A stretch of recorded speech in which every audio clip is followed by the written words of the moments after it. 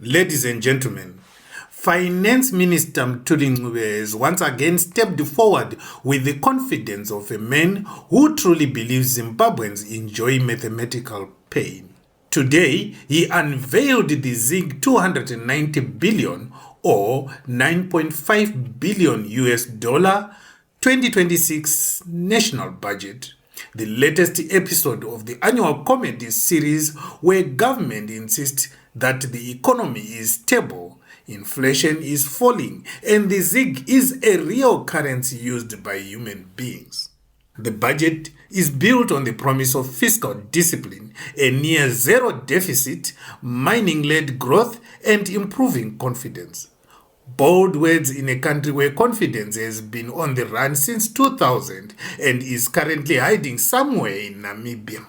But let's walk through it slowly, with the dignity and sarcasm it deserves. The Finance Ministry is projecting 288 billion ZiG in revenues against 290 billion ZiG in spending, giving Zimbabwe a stunning 3.2 billion ZiG deficit, which is technically 0.2% of GDP, but spiritually 100% wishful thinking. Only in Zimbabwe do deficits shrink while prices rise, currency weakens, and citizens sleep on their remittances like it's savings. And speaking of remittances, they remain Zimbabwe's #1 economic superhero.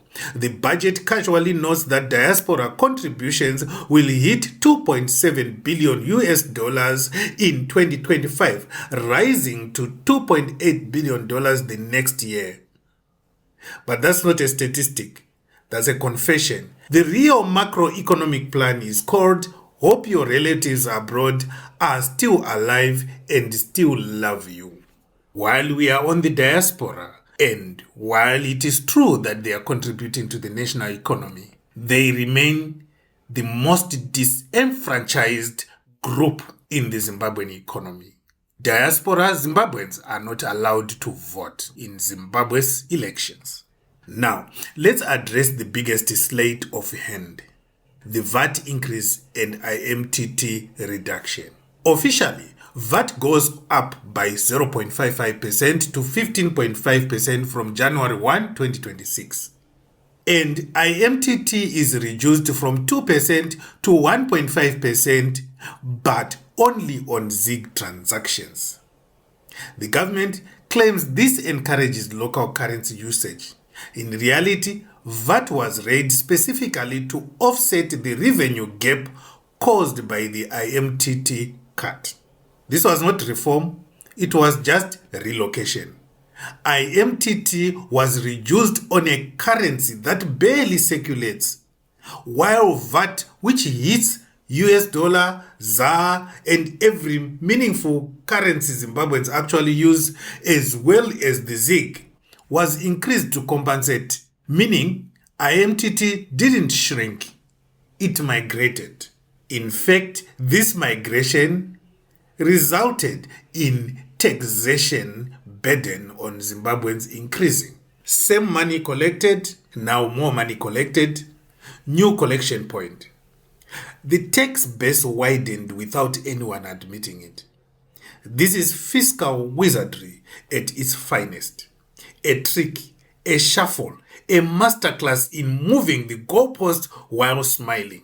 If the 0.5% increase on VAT was supposed to offset the reduction of IMTT on ZiG transaction, then this 0.5% VAT increase should have been only on ZiG transacted goods.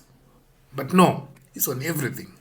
It's on every currency. It's on US dollar, it's on rand, it's on pula, anything that goes on in Zimbabwe.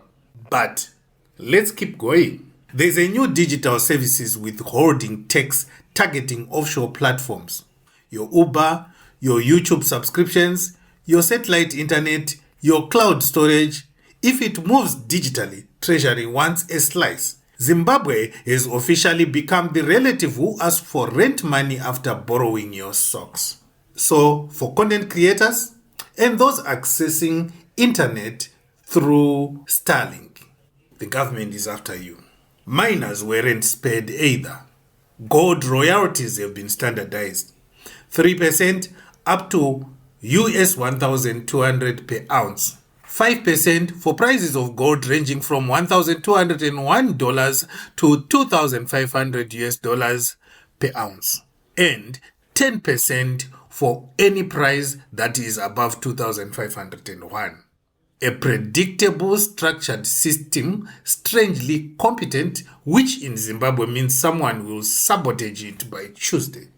And then comes the gold bars. Oh yes, we are now in the era where ordinary Zimbabweans are invited to invest in certified gold bars, because clearly the person struggling to afford milli-meal just needed the option to diversify their portfolio into bullion. Realistically, this is a wealth protection for the rich, a way to stabilize money for those with money. For everyone else, it's just a picture on the news. Growth projections are glowing. 6.6% for 2025, 5% for 2026, courtesy of agricultural revival, mining strength, and what the minister calls stable inflation expectations.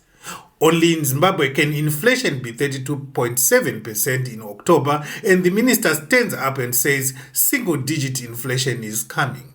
Coming from where? It better be flying Emirates. Now, let's talk allocations. Education gets 47.4 billion ZiG, the biggest vote, funding salaries, classrooms and equipment. Health gets 30.4 billion ZiG, focusing on primary healthcare and rural access. Social protection gets ZiG 12.7 billion, all noble, all necessary, or likely to shrink in real value if the ZiG continues evaporating like morning dew. Agriculture is handed 26.8 billion ZiG for irrigation, dams, livestock, and grain reserves, because droughts don't care about Vision 2030. They just come when they want. Infrastructure also gets its share, 4.6 billion ZiG, for Harare to Masvingo to Beitbridge and Victoria Falls roads. ZiG 1.1 billion for Kunzvi, Gwai, Shangani boreholes. ZiG 948.9 million for housing frameworks.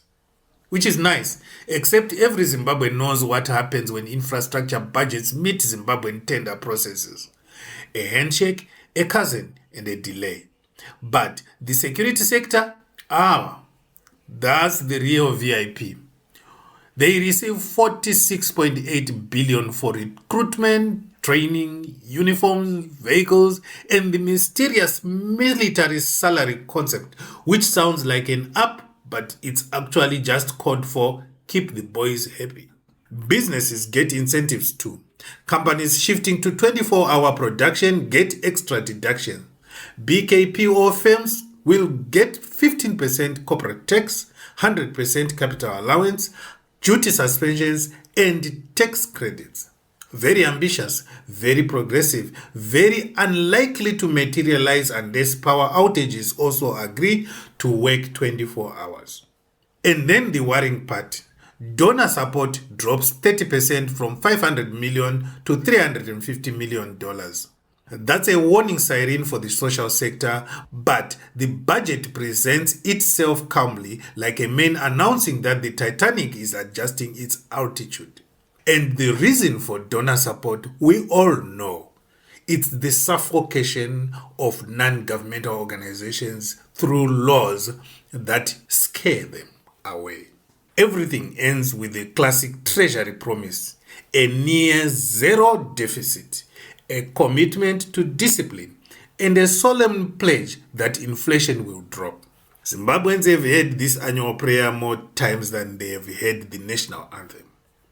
The truth, the budget is optimistic, polished, technically sound in places, but resting on shaky assumptions, tax reshuffling, diaspora generosity, and the hope that Zimbabweans won't notice the VAT IMTT illusion.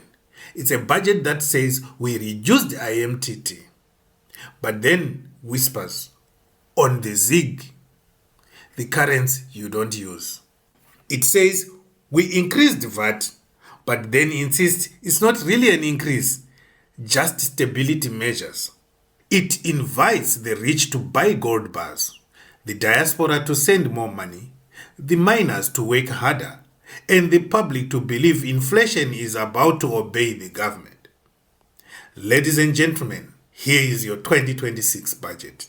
Technically impressive, practically questionable, politically convenient, and economically dependent on hope, donors, minerals, and luck. Zimbabwe, brace yourselves. The taxman hasn't gone anywhere. He has simply changed his walking style. This is Zimwaves TV. Please like, share, and comment below.